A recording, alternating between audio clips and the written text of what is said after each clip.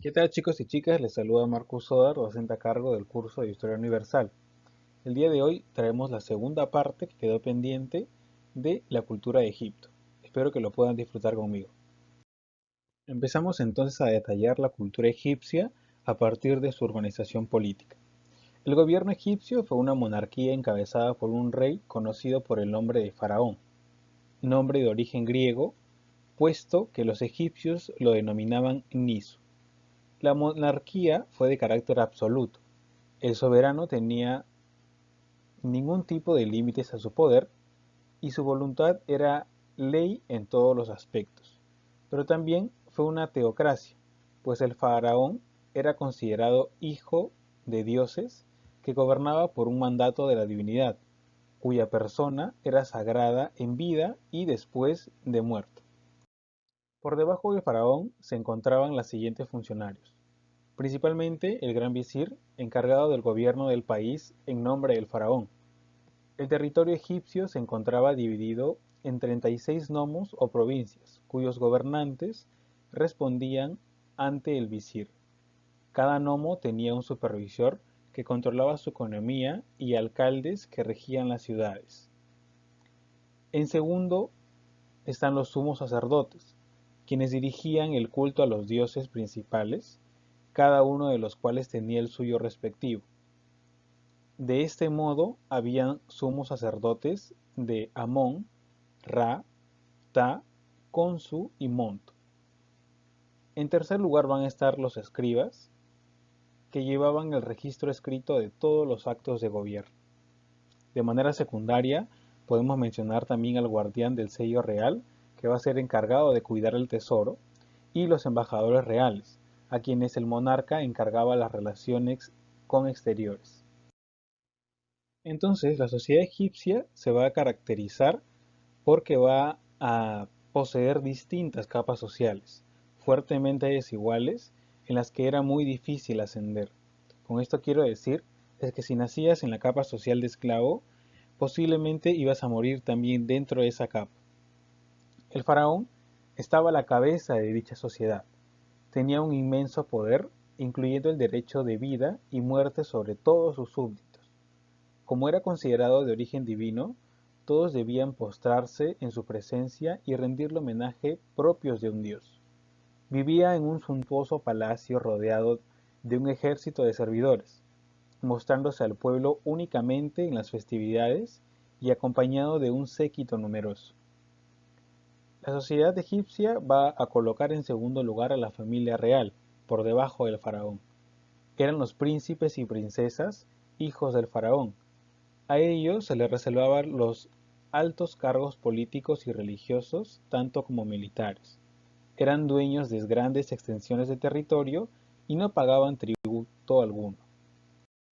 En la parte media de esta estructura social se van a encontrar tanto sacerdotes como escribas. Los sacerdotes, como ya mencionamos, se van a encargar del culto y estaban al cuidado de los templos, donde vivía en forma similar a los actuales monasterios. Vivían del producto de las tierras de los faraones, que asignaban a los templos como donación en honor a los dioses. Tenían muchos privilegios, incluyendo la excepción de impuestos.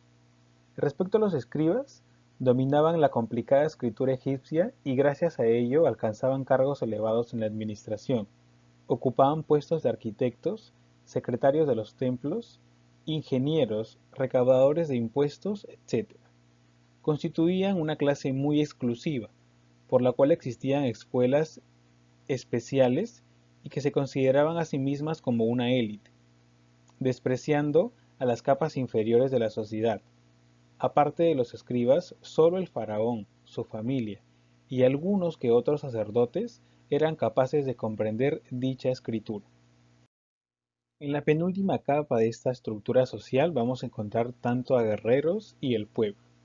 Los guerreros permanecían separados del resto de la población en fortalezas y cuarteles que eran pequeñas ciudades.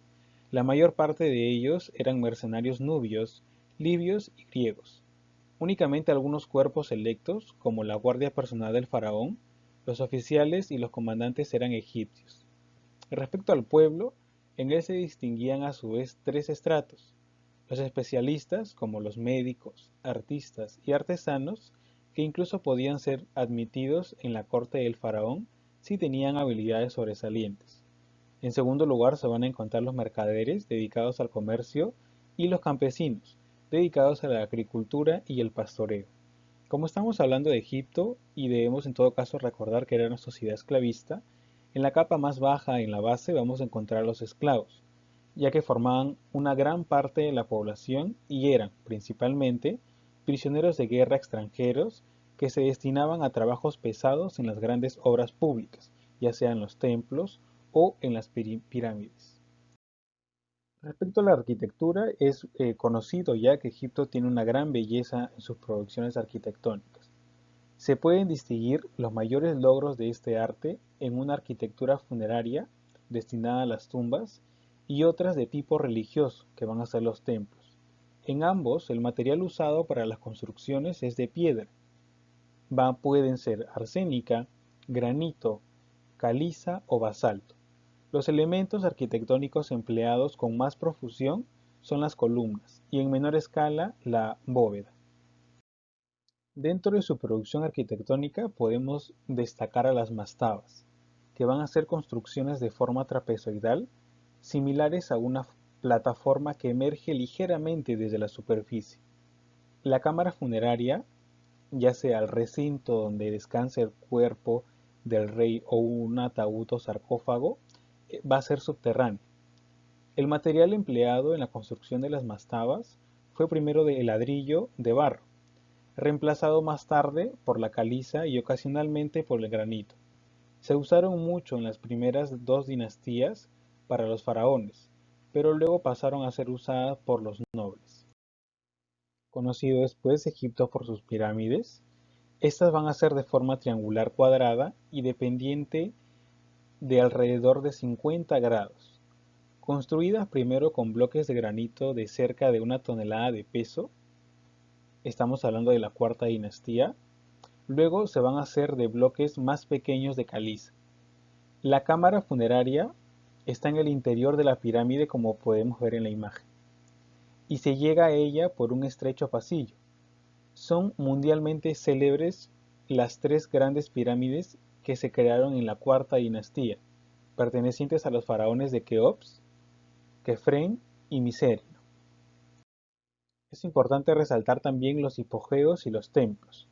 Respecto a los templos, a diferencia de otras culturas, los egipcios no permitían al pueblo ingresar a sus templos. Este honor estaba reservado exclusivamente para los sacerdotes y el faraón. El templo era concebido como una especie de casa del dios, cuya imagen se encontraba allí y era servida por los sacerdotes, con atenciones y honores como si se tratara de un personaje distinguido. Respecto a los hipogeos, van a ser las tumbas cavadas en roca, subterráneas y en las faldas de los cerros, consistentes en un pasillo que daba a una cámara o cámaras, donde estaba el cuerpo del soberano con el ajuar funerario. Las paredes de las diferentes habitaciones suelen estar decoradas con bajos relieves y frescos. Como mencionamos, la labor de los escribas, la escritura egipcia va a ser muy exclusiva y como mencionamos va a ser considerada solamente para una élite. Al inicio va a ser una escritura de tipo jeroglífica, la más antigua y compleja. Se puede afirmar que se perfeccionó antes del 3000 a.C. Su nombre proviene de las palabras griegas hieros, que significa sagrado, y el grifen, que significa grabar, pues se observó por primera vez en templos y en otros lugares religiosos. Los jeroglíficos eran una escritura considerada sagrada, de uso exclusivo para asuntos funerarios religiosos y del entorno del faraón. Se los encuentra en inscripciones de monumentos tales como estatuas, palacios, tumbas o templos, así como en textos escritos en los sarcófagos y en los papiros. La escritura mediana que va a predominar Egipto es la hierática. Es la misma escritura jeroglífica pero simplificada. Fue usada principalmente sobre papiro y empleada para asuntos administrativos, literarios y de negocios, Aunque su antigüedad es probablemente igual a las de los jeroglíficos, su uso no está comprobado a partir del 2450 a.C. aproximadamente. Y finalmente vamos a tener a la demótica. Apareció mucho más tarde que las otras dos, aproximadamente alrededor del siglo XIII a.C., y fue empleada sobre todo en asuntos privados o domésticos, llámese cartas, o en los negocios, llámese contratos. Aún no se ha descifrado completamente, a pesar de los esfuerzos de varios estudiosos. Los egipcios escribían sus textos sobre papiro, material semejante al papel, que se extraía de la corteza de una especie de junto, al cual era extendida en prensas y luego comprimida, formando pliegos que se recortaban. Como útil de escritura, empleaban una fina caña afilada que mojaban en una tinta de origen vegetal. Como hemos visto, Egipto ha sido una cultura maravillosa y a la vez compleja, y la religión no deja de serlo. La religión egipcia fue politeísta, pues tenía una gran cantidad de dioses y antropomorfistas. Esto quiere decir que tenía rasgos parecidos a los de hombre, porque sus dioses tenían forma total o parcialmente humana. La influencia de la religión en la cultura egipcia fue enorme, y casi todas sus actividades, incluso las cotidianas, manifestaban esa influencia. Esto es un rasgo que ya fue señalado por escritores de la antigüedad que ya visitaron el país, como Heródoto, Teodoro y Estrabón. Entre los dioses principales tenemos a Ra, que se va a caracterizar por tener la cabeza de halcón y el disco solar. Este dios va a ser considerado dios del sol y de la vida. Fue el más importante en el imperio antiguo. También tenemos a Osiris, el cual podemos ver que está momificado, y va a ser considerado dios de la agricultura y la resurrección, asesinado por Set, y posteriormente Isis le va a devolver la vida. Isis, que tiene un jeroglífico sobre su cabeza, es la esposa hermana de Osiris, diosa de la fertilidad, del amor y de la magia. También tenemos a Horus, que va a ser caracterizado por tener una cabeza de halcón que porta una doble corona. Va a ser hijo de Osiris y de Isis y era el dios del cielo. También tenemos aquí a Amón, por las dos plumas que lleva en la cabeza, y va a ser considerado dios del viento y los secretos. Se fusionó con Ra, que posteriormente vamos a llamar Amón-Ra, y se convirtió en el dios más importante de Egipto. También tenemos a Hathor, que lleva unos cuernos en la parte superior de su cabeza, y va a ser considerada diosa del amor, la alegría y la música. Va a ser la hija de Ra y la esposa de Horus. También podemos mencionar a Sekhmet, que va a ser la diosa con cabeza de león. Es la hija de Ra y era la diosa de la fuerza, de la guerra y de la venganza. Su ira, era terrible.